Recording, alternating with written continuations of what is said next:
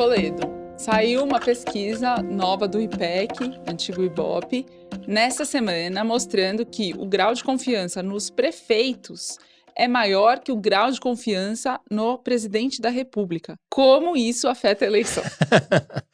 Você sabe, Thaís, essa é uma das pesquisas que eu mais gosto de todas as que existem no mercado. Essa pesquisa do IPEC, ex-IBOPE, é feita há 15 anos. Todo ano eles soltam no meio do ano. E ela mostra o índice de confiança da população nas instituições brasileiras. São 20 instituições que são monitoradas todo ano. E essa série histórica longa e anual permite que a gente faça análises sobre cada uma delas, compare, né?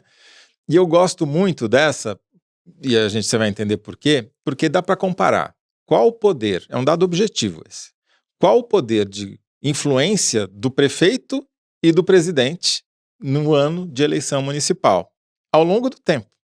Então, se a gente pega 2016, que foi aquela eleição desastrosa para os prefeitos, né?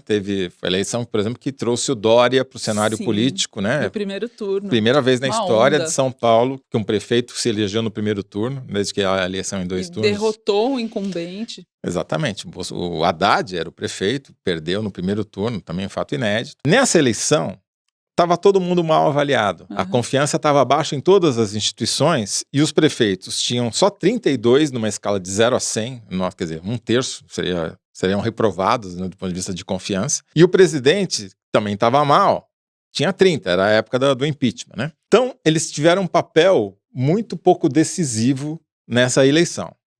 Passaram-se 4 anos, eleição de 2020, e todos melhoraram. Os prefeitos melhoraram e o presidente também melhorou. E, curiosamente, eles tinham a mesma taxa, o mesmo índice, 46. Tá abaixo de 5? Sim, mas para político, 46 é bom. Já estava bem melhor, né? Não, é um 30 crescimento... para 46. 16 pontos, cresceu 50%, né? E agora, então? Como é que tá? Como é que vai ser 2024? Essa é a pergunta, finalmente, dessa enrolação toda para chegar no lead aqui. Agora, o presidente tem 47, está mais ou menos igual ao que estava o Bolsonaro 4 anos atrás, o Lula está no mesmo patamar, só que os prefeitos estão com 55. Então, eles estão geram muito mais confiança no eleitor do que o presidente. Ou seja, o que eles falarem vai contar mais do que estava contando nas últimas eleições. Então, você tem... Primeiro que a confiança nos prefeitos está 8 pontos mais alta do que a confiança no presidente. Segundo, que nunca tiveram tanto dinheiro na vida deles, porque essas emendas parlamentares que a gente fala programa sim, programa também, vão parar no cofre de quem? Das prefeituras. Então os prefeitos que estão no cargo têm um dinheiro que eles nunca tiveram. É o pai do Arthur Lira lá, se não vai se reeleger, vai eleger o sucessor. E assim, né? Consecutivamente. Então, Thaís, eu acho que o peso do Lula pode ser importante numa eleição ou outra, aqui em São Paulo certamente ele pesa, mas na maioria dos municípios do Brasil, o incumbente, o prefeito que está na cadeira, é o eleitor mais importante. Eu conversei com marqueteiros das 3 maiores praças, né? São Paulo, BH e Rio de Janeiro, esses últimos dias. E nesses 3 lugares tem um fenômeno mais ou menos parecido, que é o seguinte: todas essas cidades, as 3, tem o candidato do Bolsonaro mais e tem o candidato do Bolsonaro mais ou menos. No Rio... Plano A e plano B.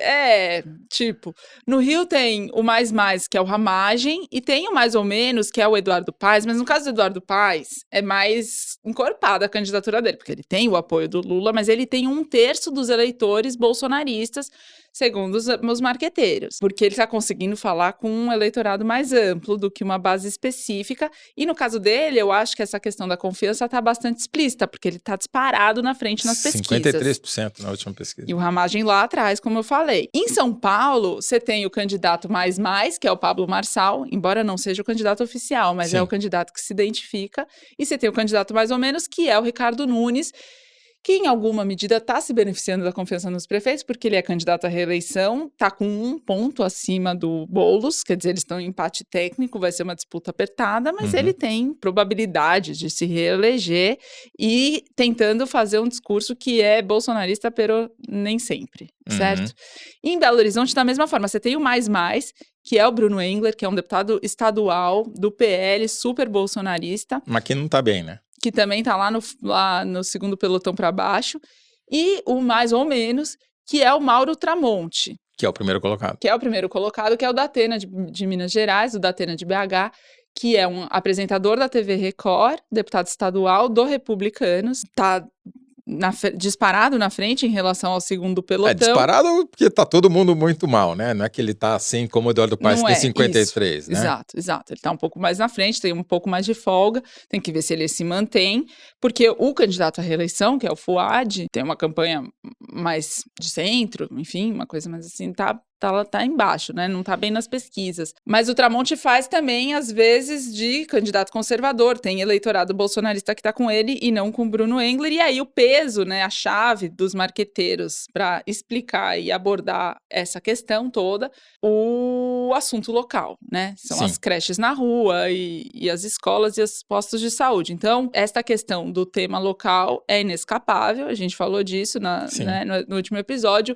Nacionalizar a eleição municipal é uma jogada bastante arriscada que não funciona e funciona mais para uns do que para outros. Eu acho que a síntese você fez muito bem e os exemplos que você escolheu são ótimos porque você tem os dois cenários, né? Você tem duas cidades, uma cidade em que o prefeito está muito bem avaliado, é franco favorito, tem grande chance até de ser eleito no primeiro turno, que é o Eduardo Paes no Rio de Janeiro.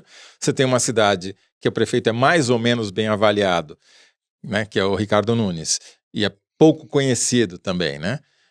Que era um vice que assumiu, mas que é favorito a estar no segundo turno, está bem na frente do terceiro e quarto colocados, né? Fora da margem, bem longe da margem, e você tem o prefeito mal avaliado de uma capital que está correndo o risco de nem sequer ir para o segundo turno. O central aí não é se o Bolsonaro, o padrinho, exatamente. Exatamente. Isso acho que é o lead. É a moral da história, né? Exato. Perfeito. Bom, a gente vai ainda falar um pouco mais sobre o Ricardo Nunes, mas no caso sobre alguns BOs que ele tem que responder e sobre violência contra a mulher.